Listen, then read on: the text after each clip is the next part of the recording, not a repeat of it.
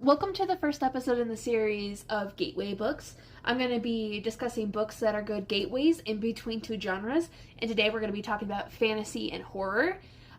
These books work both ways. If you are reading fantasy and you want to get into horror, I'd recommend these. And if you're reading horror and you want to get into fantasy, I would still recommend these. So let's get into it. I want to start with the best example of this, and that is Empire of the Vampire.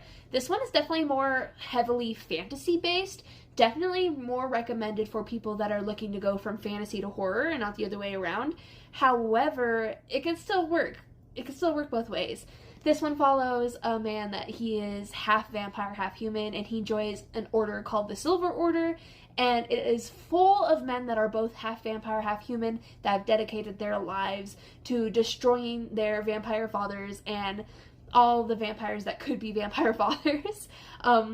I've really enjoyed this series. I've been meaning to get back into this series as a whole because I've only read the first book, and I want to read the second one that's out, and I think there's a third one coming out too.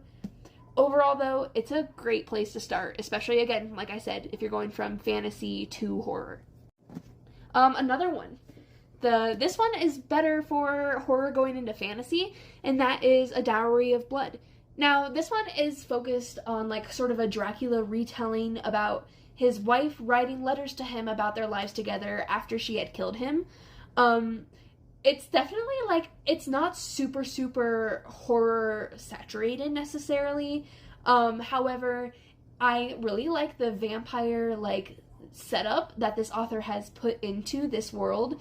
And again, the connection to Dracula and kind of like almost like the horrors of an abusive relationship is more focused on this than the actual Dracula story was.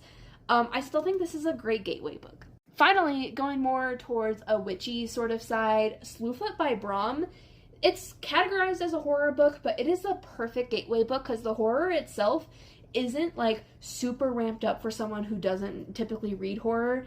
It's also a great like feminine rage book as well. It follows this woman who is widowed and she wants to keep her farmland, but her husband's brother wants to get the farmland for himself, and she has to prove that she can have a successful harvest in a certain amount of time or she loses that land. So she ends up making a deal with a woodland god, basically, who may or may not be the devil, potentially.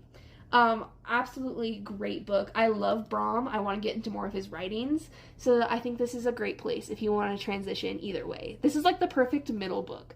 So, you know, if horror is on this side and fantasy is on this side, it would go this, and then, this. Yeah.